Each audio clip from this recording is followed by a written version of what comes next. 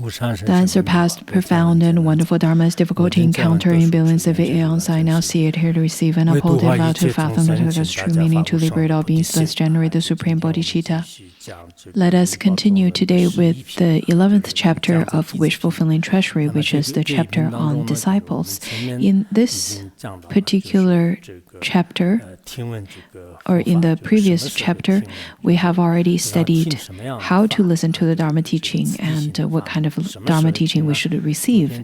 The kind of Dharma teaching we need to receive is the kind of Dharma teaching follows systematic step. And when to listen is we should listen to the Dharma teaching to work with our afflictions. And having afflictions is exactly the time that we need to listen to the teaching. In the later part of the teaching, there are lots of basic instructions included, and they were quite important. Whomsoever you are, at the time of listening to the Dharma teaching, we have to try our best to not get arrogant, nor to get tiresome and feel that your Dharma you've received enough Dharma teachings. In such a way, you would have a great loss. The teachings given by Longchenpa should be placed with great importance, because we don't have enough wisdom. We need to recognize that. If we do not listen to the great teachings from Venerable Longchenpa and Mipham Rinpoche, rather to take great attention, put a great attention to some of the negative influence, in such a way, you're probably possessed by negative force. We need to really listen to such kinds of speech given by the great noble ones. You probably don't want to listen to what I have to say or what your fellow practitioners have to say, but at least you need to listen to Longchenpa's teaching. But I have to acknowledge that nowadays there are lots of negative habitual tendencies sometimes would manifest in front of people. Sometimes because of the past negative karma, people don't believe in the language of Venerable Longchenpa, rather they would believe in the charlatans or some of the negative influence. They would believe in those kinds of idle speech right away. So we need to believe, we need to remember that the language given by the noble ones, given by the great masters of the past, we need to place great importance to those teachings and try our very best to practice it. Today we will look at the teaching in two aspects, and it has listening and contemplation. First one, we're going to look at the merits and then the actual explanation. There are three aspects associated with the method of listening. There are three stages, rather, the preliminary, the actual listening, and then the rededication, these three aspects. The shloka for preliminary goes as such: one should eradicate distraction and disturbances, and make offering of Dharma material and visualization, prostrate, sit up straight, and fold hands in Anjali.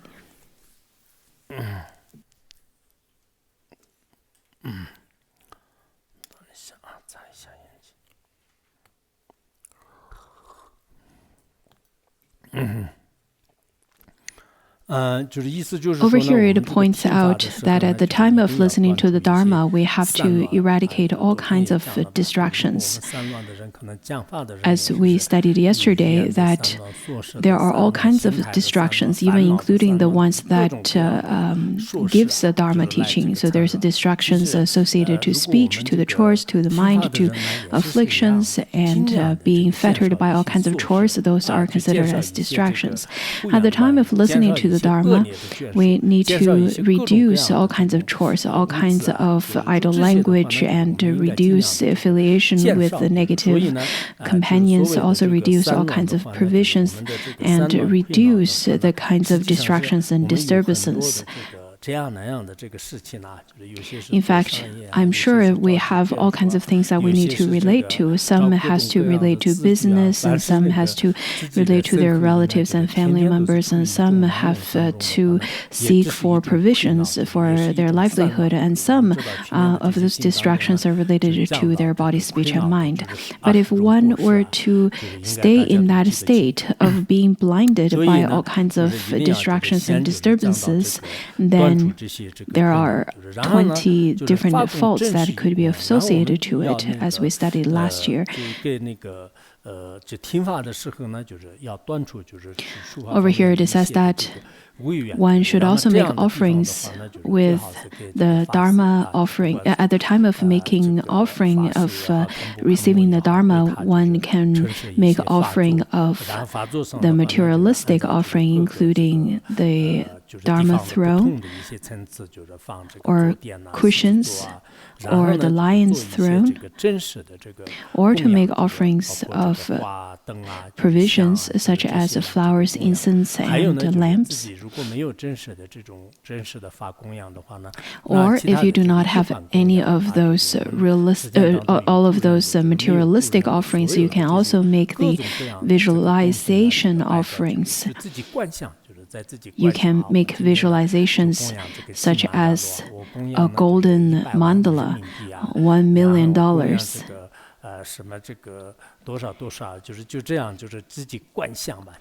Make visualization of such.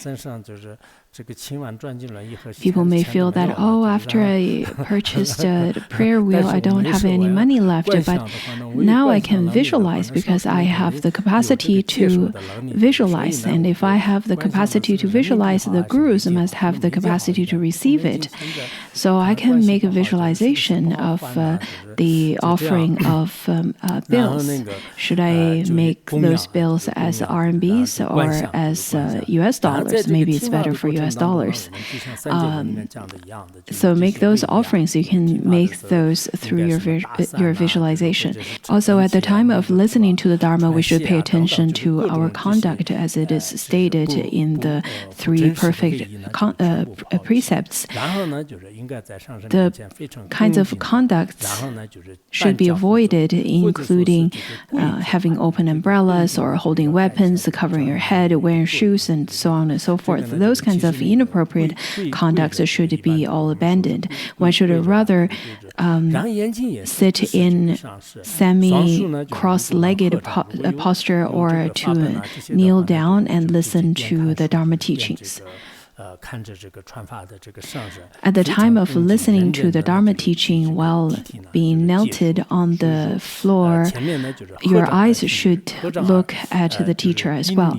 Your hands could fold together in Anjali, or if you have textbooks to read, you can read the book, you can look at the book, and at the same time as looking at the teacher that is giving the teaching while listening attentively. In the past, during Ponzo Rinpoche's time, Rinpoche didn't request us to make prostrations before the class. Back in 1990, I started making this requirement because I think it is quite essential to make 3 prostrations before listening to the Dharma. I think prostrations would be better. A little while ago, some of the Tibetan Jomos group proposed that each of the groups should engage in some exercises to make those physical exercises. But I said that those kinds of worldly physical exercises may not look very good, especially if there are people with hidden agendas to record it and then post it online. It doesn't look very appropriate, though that we did practice in those gymnastic exercises all the way through elementary school to high school. But I think if the monastic monastics were to practice the same way, it is not that great. If you really have to exercise your body, I would suggest you to practice in prostration. In this way, you would be able to exercise your whole body. Of course, in the later part of Wish Fulfilling Treasury, we will talk about all kinds of other practices that engage in physical exercises or physical movements. As a monastic, we need to have rather very special conduct. Nowadays, the lay practitioners would be very picky upon the monastics' behavior and conduct. They would point to the monastic saying that, look what kind of clothing that monastic is wearing, what kind of coffee that monastic is drinking, and so on and so forth. They probably apply the kind of requirements for the Shravaka or the Theravada practitioners, Theravada monastics, but they don't really know about the monastics of the Mahayana. Anyhow, we should pay attention to our own conduct. Yesterday, when we talked about the 36 kinds of virtuous qualities, some said that, oh, I have almost all the qualities, all the virtuous qualities. I don't have any of the negative qualities. Of course, if you can really do so, I truly rejoice. Now, the next shloka says that respectfully listen without distraction, visualize oneself as a manjushri. The light of Dharma enters the heart center. Over here, it says that the light of the correct Dharma enters the heart center. Minor correction over here for this particular shloka, it should be that the light rays of the correct Dharma enters into the heart center.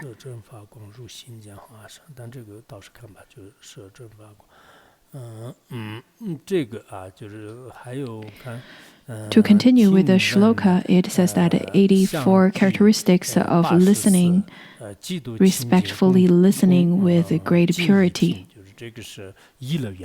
This part demonstrates the perfection of intention. At the time of listening to the Dharma, we need to make the visualization. We should not have any distractions with our mind. We shouldn't use our cell phones, we shouldn't be flipping through our phone or other things. Right now, I don't see you doing those. I'm not sure about those of you that I can't see at this moment. But I would like to remind you, if you were to do that, it is simply wasting your time and wasting your life. At the time of listening to the Dharma, you should definitely listen attentively. Not only that, you should listen with great respect to the teacher and to the Dharma, as well as with a joyful mind to listen attentively. This has been taught in the condensed version of Prajnaparamita. At the time of listening to the Dharma teaching, we have to view the teacher being extraordinary, because the teacher at the moment of giving Dharma teaching has been blessed with by all the Buddhas and Bodhisattvas. That is quite rare. We should not consider the inferior qualities of the Dharma teacher. We shouldn't think that, oh, this person has lots of afflictions and has nothing different than who I am, and this Dharma teacher's language is rather very harsh, and the teaching that the Dharma teacher gives is inferior. This teacher is quite poor. Other than a few disciples like us, there's no retinues of this teacher because the teacher couldn't find any better disciples. All of those kinds of wrong views and wrong thoughts are quite negative to you, because according to the other sutras, it also stated that if you do not pay great respect to the Dharma teacher, then in your mind stream you would be pressed by great amount of afflictions. If you were to be under the attack of kleshas, if you don't want to listen to the Dharma teaching, you can simply leave. That would probably be better for you. It is said that at the time of listening to the Dharma, if you were to generate wrong views to the teacher or to the Dharma, then you should confess right away. You should chant the Vajrasattva mantra. Do not seek for faults from the Dharma teacher nor from the the Dharma, you should view those negative thoughts as the manifestation of your negative karma, because being a Dharma teacher is not easy. Of course, I'm not excluding the charlatans, but a majority of Dharma teachers are simply serving the sentient beings wholeheartedly. They have to work very hard to give Dharma teachings. When I look at some of the Dharma teachers in our classes, in different classes, they work really hard. If they were to be selfish, for sure they don't want to deal with the various chores and various kinds of management issues. In the worldly sense, there are the home class teachers where they would get more bonus than the others. However, even when they get more bonus than the others, they don't even want to do those works. But look at the Khenpos and Khmos here, up and awake at night to prevent fire hazard from the butter lamps, which reminded me an anecdote someone encountered years ago. He used to be the officials for the county, and he chatted with me, and Khenpo Tsochim Lodro told us that he was quite stressed because he kept on getting worried about a fire hazard happening in Larungar, and because of that he worried for 3 days and 3 nights and couldn't fall asleep. But later on, I think he got used to it. When he first got here, he felt that it was such a huge responsibility for him. So if someone doesn't seek for any benefits for themselves, but to try their best to benefit you, and then instead of trying to repay the kindness of them, but to seek for the inferior qualities of them in such a way, even in the worldly sense, it is considered as an extremely inferior action. If a student does not repay kindness of the teacher, rather to beat the teacher, to hate the teacher, that is completely hopeless. To the Khenpos and to the gurus whom had give us Dharma teachings, we should have this gratefulness. If we can, then that shows a great sense of meritorious quality of us. And that applies to the teachers that simply give us a short teaching, a short oral transmission. We should be very appreciative of their teachings, of their effort. The teachings that's passed down from their speech, the merit would be very different, and the blessings would be different. So we need to be very appreciative of that. We should not seek for the faults of them. That is why it is said that at the time of the Bodhisattvas seeking for the Dharma, they would not seek for the faults of the Dharma teacher. But when the mundane beings like us, at the time of seeking for the Dharma teaching, sometimes we would consider, I don't have a good relationship with this teacher or that teacher. Instead of seeking those faults from the teacher, you should really contemplate upon yourself. Maybe those are simply your own faults. The Dharma teachers that had passed down Dharma teachings to you in even one simple shloka that has 4 verses, we need to treat them with a great purity. In the verse, it says that one should visualize oneself as the Manjushri and then take the correct Dharma into one's heart. It means that as a listener, if you are a male practitioner, then you should visualize yourself as the yellow-colored Manjushri holding a sword and holding a lotus. Also, on top of the blue lotus, there is a textbook. The female practitioners, the audience, should visualize yourself as Taras, holding the same mudra as the Tara. Left hand holding the blue lotus, and then the right extending your hand. So you should visualize yourself in such a way. And then as a teacher, as we studied yesterday, the teacher should visualize oneself as the Vajradhara, as the Shakyamuni Buddha, and then visualizing the light radiating from the face, from the teacher, and then enters into each and every one of your own heart center. If you are female at the time of listening the Dharma, you visualize yourself as Tara and visualize the teacher as Shakyamuni Buddha when the teacher is giving the Sutrayana teachings, and then the light of Shakyamuni Buddha enters into your body, enters into your heart center, and then dispels the darkness of ignorance from your heart and opens the lotus flower of wisdom. I think this is such a supreme teaching. In the compositions of Mipa Rinpoche at the time of the explanation of listening the Dharma teaching, there is a visualization that is taught. The Khenpo whom passed away last year, his name is Gendo Noro, and he gave us a teaching on that. I believe it is included in the compilation of the Tibetan teachings. I think you should look into it. If you can make such a visualization, then slowly and slowly your mind stream would be able to gain the blessings from the Tathagatas, and then you would become no other than the deity. So remember that next time you can visualize yourself as the ochre-colored manjushri, and the female practitioners can visualize yourself as the green Tara, and then receive the Dharma in such a way. The teaching over here is quite simple, that the light would enter into yourself directly and then dispel the darkness of ignorance.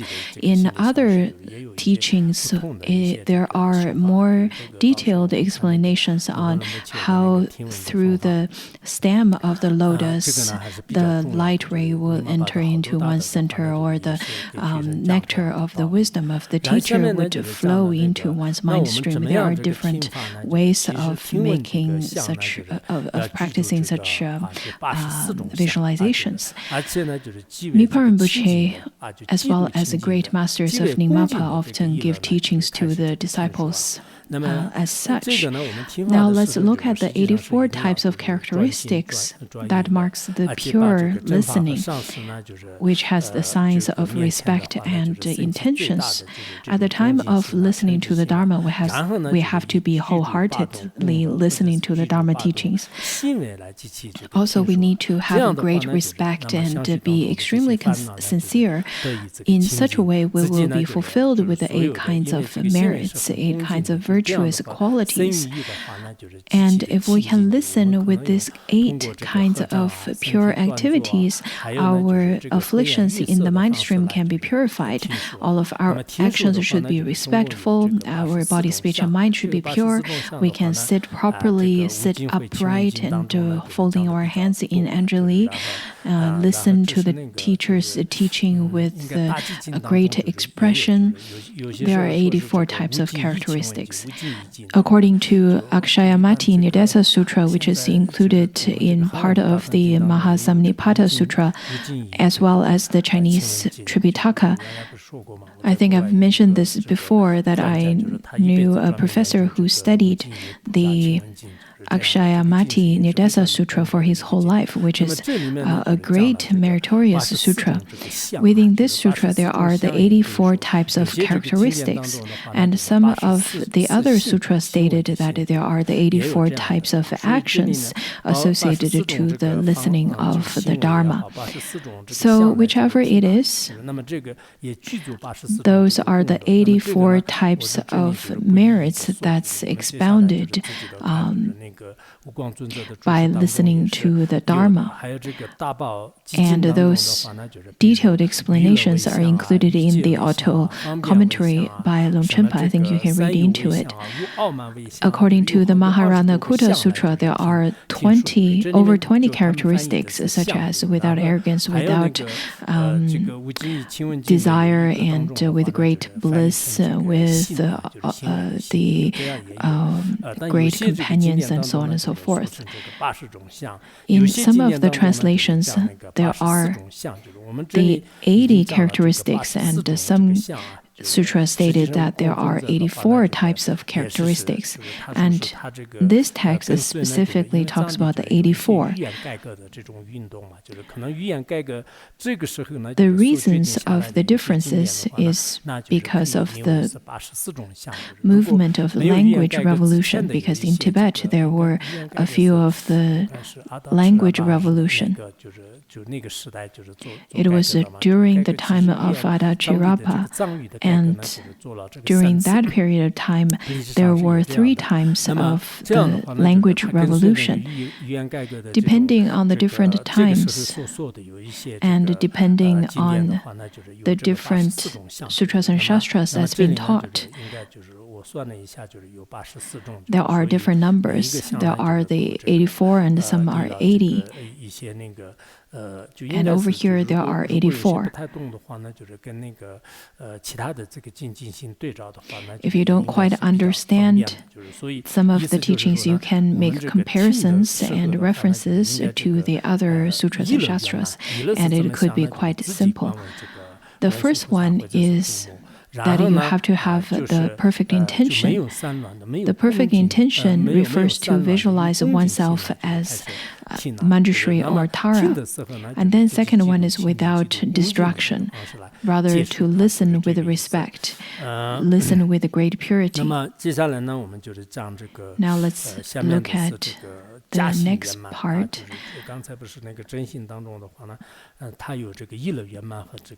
which is the perfection of the actions. In the previous part we talked about in the actual practice, and then this one refers to the actual actions. And in the shloka, it says that offering flowers, cushions, etc. is the practice of generosity. Restraint 3 gates is the practice of precepts. Forbearance of any harm is the practice of patience. Devoid of distraction is the practice of meditation. Eradicate doubt is the practice of supreme increment of wisdom. The 6 paramitas at the time of listening to the Dharma can be fully endowed as well, can be fully practiced. At the time of listening to the Dharma, you can fulfill all the requirements of practice 6 paramitas. You don't necessarily have to go elsewhere to practice generosity or to practice meditation or precepts. Rather, through listening attentively in one class for about an hour and a half, then during this period of time you can fulfill all the 6 paramitas. The 6 paramitas are the practice that a bodhisattva must engage in.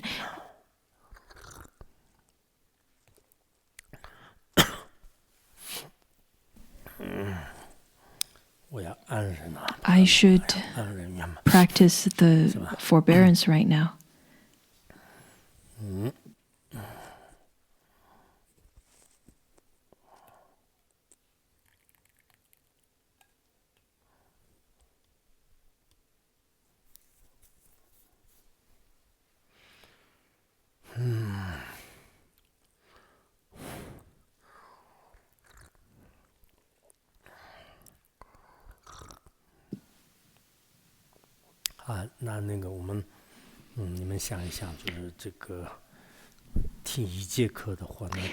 Well, simply contemplating upon that after listening to one class could complete the practice of the 6 paramitas.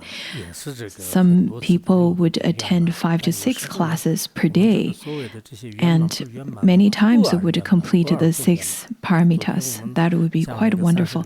But of course, for some of us, we would be able to completely fulfill the requirements of the 6 paramitas, sometimes not. It is similar to when we made a checklist yesterday. Some people would be able to make the full checklist, sometimes not so. It also could relate to your mindset, to your mood, to your physical body's condition, to whether you had a good sleep, whether you ate well. The sentient beings in desire realm, indeed, would be affected by quite a lot of causes and conditions and is poor by not having complete freedom.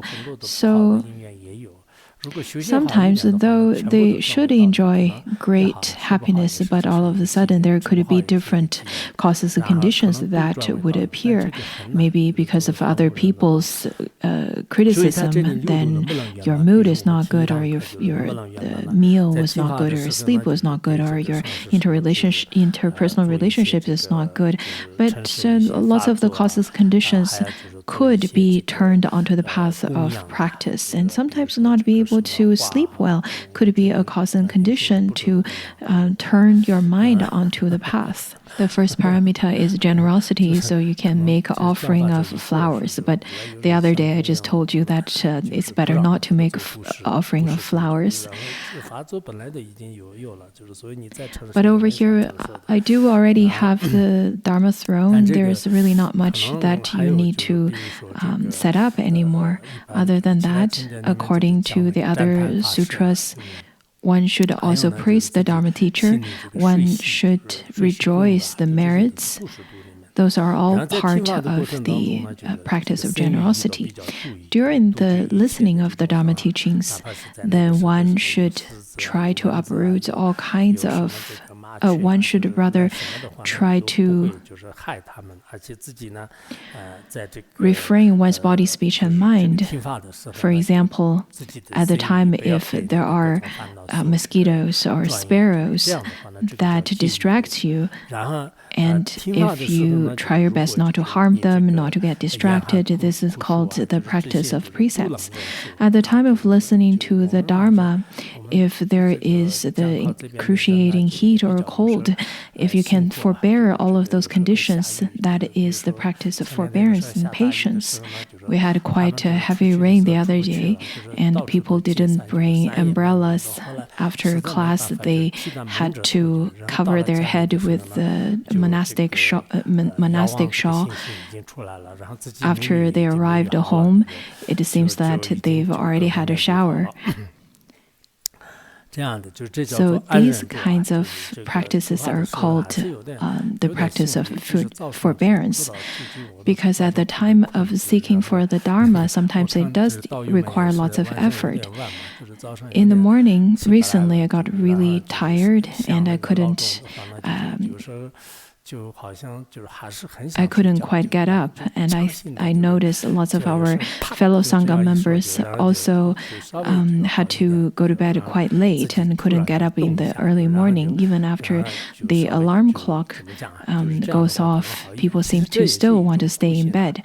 At that time, you should just forcefully say the word pat, and then all of a sudden you would be able to be awake. This is the kind of ascetic practices.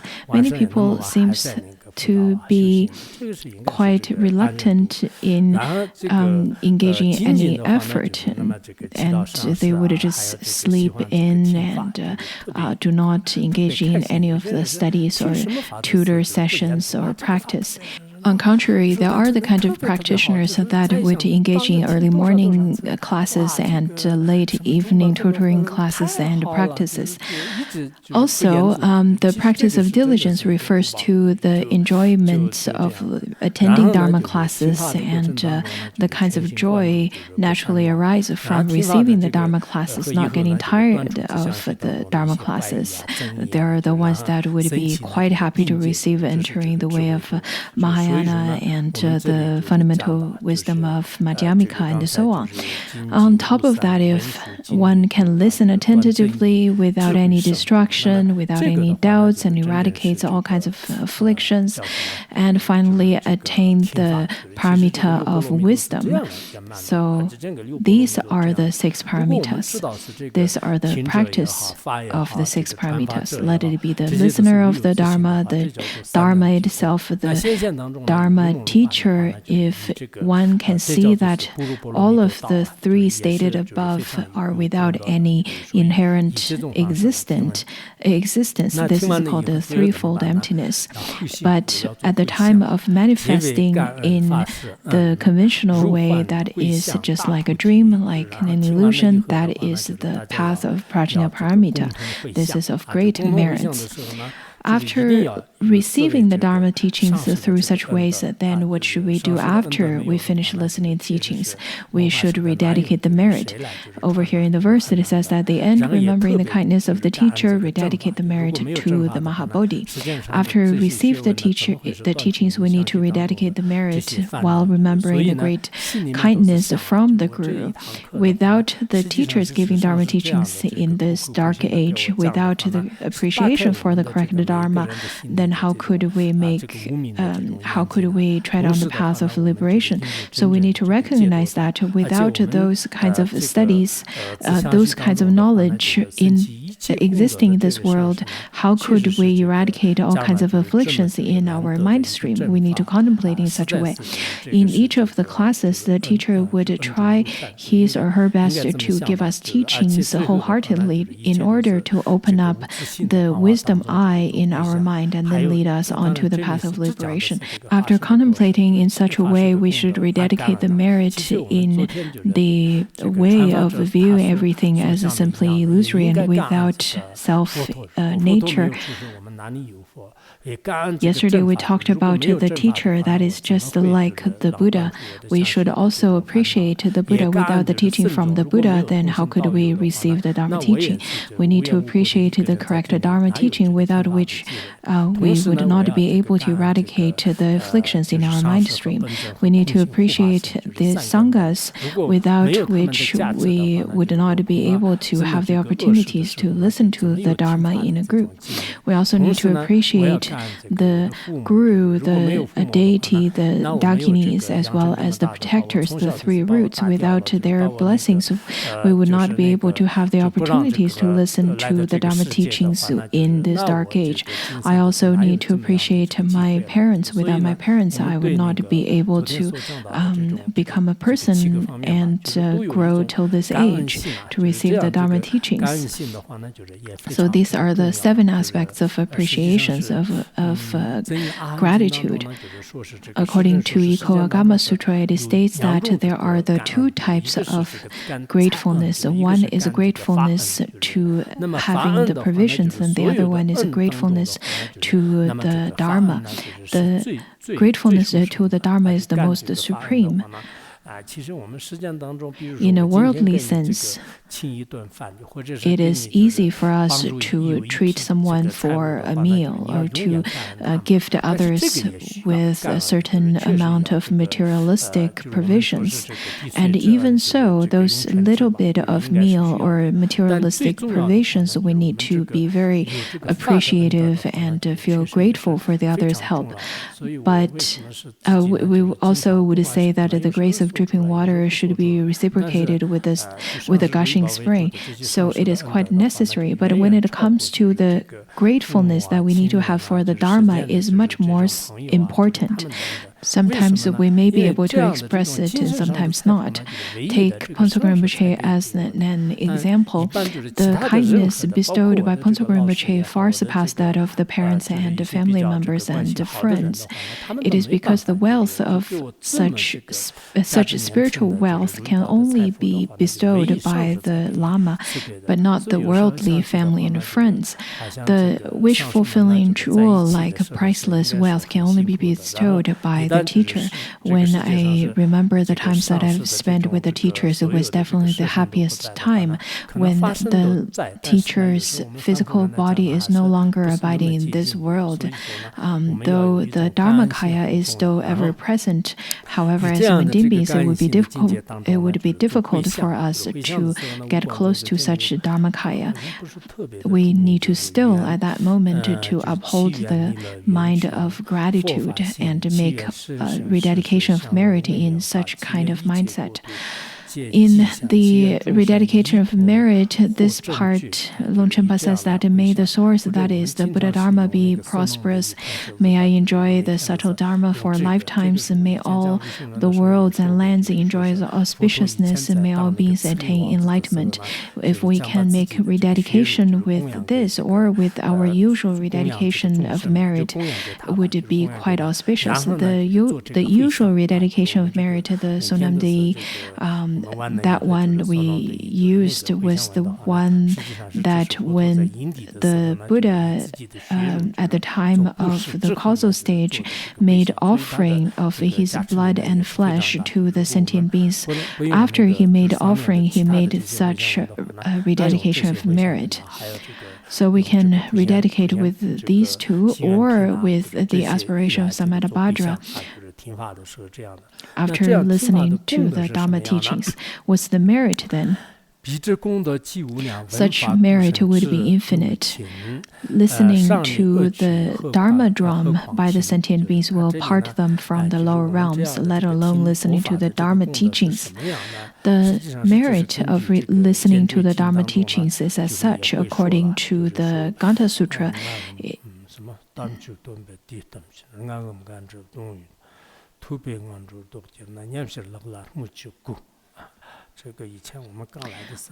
This particular teaching, this quotation from the Ganta Sutra says that in order to signal for the Dharma teaching, if you can hear the sound of drum, the sound of Ganta, the sound of the conch, the sound of the bells, the sentient beings, upon hearing those kinds of sounds, would be able to attain the Bodhi, let alone the ones that would head to listening to the actual dharmas. Such merit would be infinite. That is why I require all of you to follow the direction of this quote. This quote, by the way, has been quoted many times by Pongso Rinpoche because it points to the intention of listening to the Dharma. Over here, we don't use Ganta nor the drum. Mostly, we would use the conch, maybe because of the tradition passed down from Mipa Rinpoche and Patrul Rinpoche. Blowing the conch is a signal and a symbol of turning the Dharma wheel. At the time of blowing the conch, I think it would be essential for you not to blow it for too short of a time. If it's too short, then it's just like a yak that we have in the that lives in the monastery. Sometimes the yak would be able to make the sound for a longer period of time. If your conch blowing is shorter than that, then it feels like you're not very enthusiastic about having a Dharma class. Sometimes I feel that the monastics and the lay practitioners living in Larangar are quite fortunate, because when we consider all the other sentient beings that could hear those sounds, including sparrows, magpies, crows, and old goats, and nowadays we have lots of those stray dogs, but those stray dogs are could be quite dangerous. So every year, after a period of time that they can listen to Dharma, the management team would send them away. The yaks would be able to stay here and listen, same as the crows with the red beak. We have more of those, as well as the sparrows, including even the tourists. The tourists sometimes don't have the time of listening to the actual Dharma teachings, but listening to the sound of conch is still quite auspicious. In the mainland China, there's the morning and evening practice sessions where the strike of the bell would be sound. Upon hearing those sounds, the merits could lead to parting from the hell realms, and so on. Do you remember the sound? Do you remember the chanting of it? There is a verse of striking the bell. Do you know how to sing it?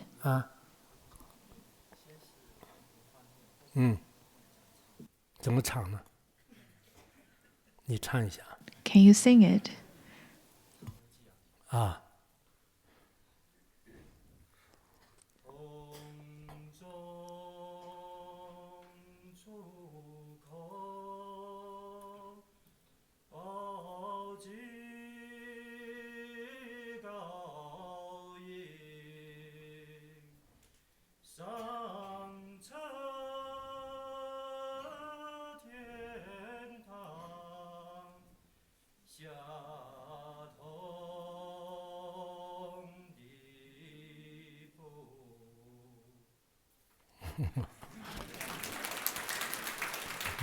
可以。女总这边有没有？ How about our female practitioners?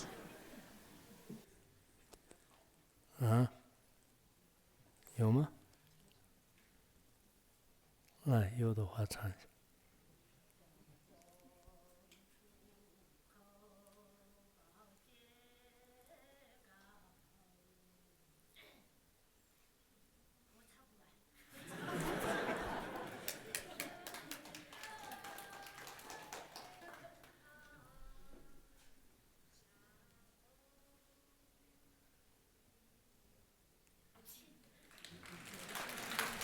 好吧，行。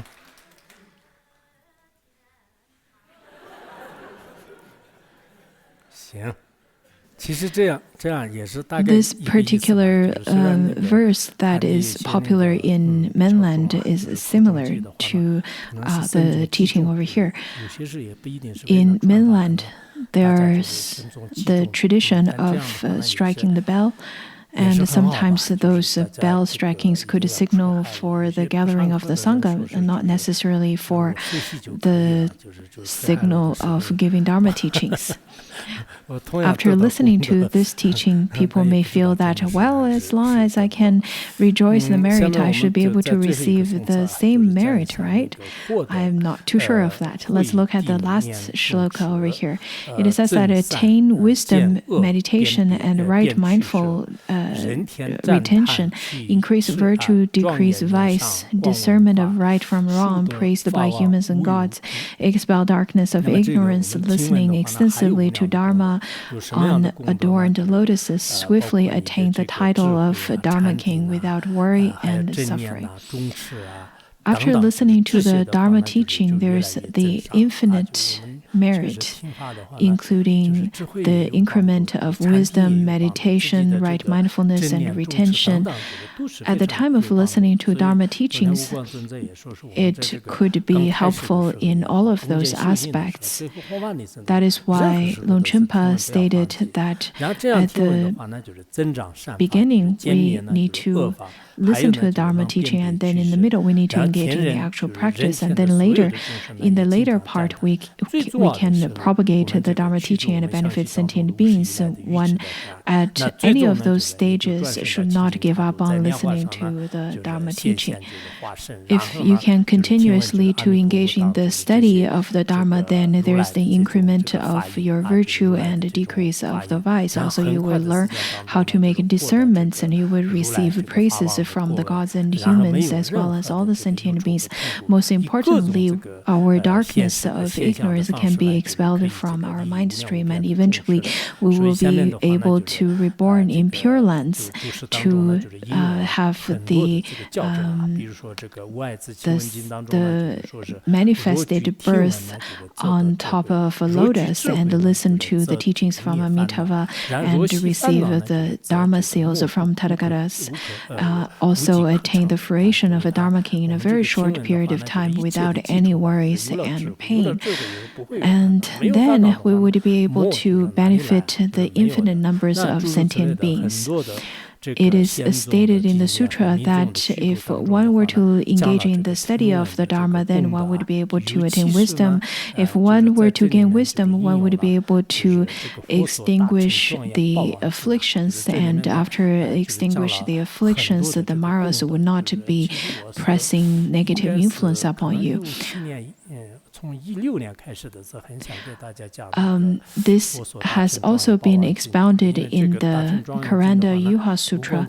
Back in the year 2016, I wanted to give the teaching of the sutra, where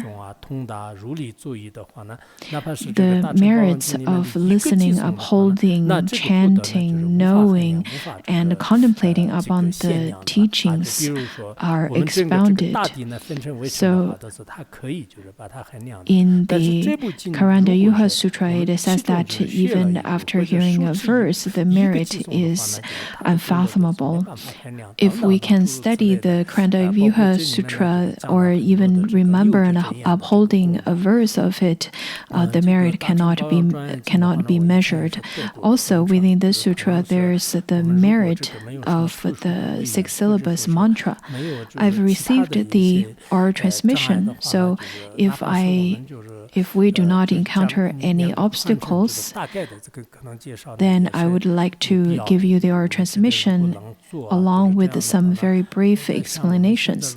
Sometimes I think to myself that right now we have now reached to the second half of the first volume of Wish Fulfilling Treasury, and then we will begin on the 12th chapter where it talks about the different kinds of heretics, the teachings, the 36 of 64 and the 360 types of heretics teachings. I think those opinions of the heretics schools are necessary for us to study, because without which we will not be able to discern what is right from wrong, and maybe we could become also the heretics. We could be swayed by the heretics. For such reason, we need to study. We need to study it. That is why I think we can study that part by ourselves, because if we were to study it too detailedly, then that could take a very long period of time.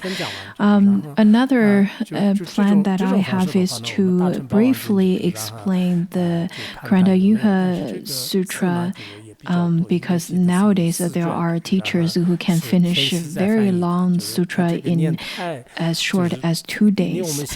There are the 2 volumes that's translated by Tianxi Zai into Chinese language, but the translation is definitely way too old, and I find it difficult to understand, so we would look at this version that I've translated. In the future, if it is necessary, we can see if there's an opportunity to receive an oral transmission, and if there could be another translation from or based from the Tibetan translation. But this sutra is not as well known as the Diamond Sutra or the Lotus Sutra. There are 4 volumes, 20,000 words, maybe about 1/3 of the Shrangama Sutra. If I were to give teachings on it word by word, then it's going to take a very long period of time. But within this sutra, there is a description of the aspiration of Avalokiteshvara. Though that we practice the 6 syllabus mantra, not many people know about the aspiration. Back in 2016, I printed a particular version of the sutra and then asked the Khenpo to give the teachings to the practitioners living in the lay practitioners center in my hometown, because such sutra is quite meritorious. Even if they don't understand it, just simply listen to it is quite wonderful. Last year when we studied the Great Liberation Sutra, which uphold such great merit, we studied about 40 classes. After studying it, out of the great faith, the people printed some Dharma teachings and some made the Dharma prayer wheels. Now, if we were to study the Great Liberation Sutra and then use the Dharma wheels, we must have even greater faith. Though many people may have forgotten some of the content, as long as you place great importance and really treasure this Great Liberation Sutra, I believe the merit is still quite great. Later, when we study the Karanda Vyuha Sutra, I hope this text is not as difficult to understand. Maybe after next week, after we finish studying this chapter, we will study the Karanda Vyuha Sutra. Longchenpa quoted from this sutra a lot, showing shows how much he paid attention to the sutra. I feel that it is necessary for us to study the merits of the six syllabus mantra.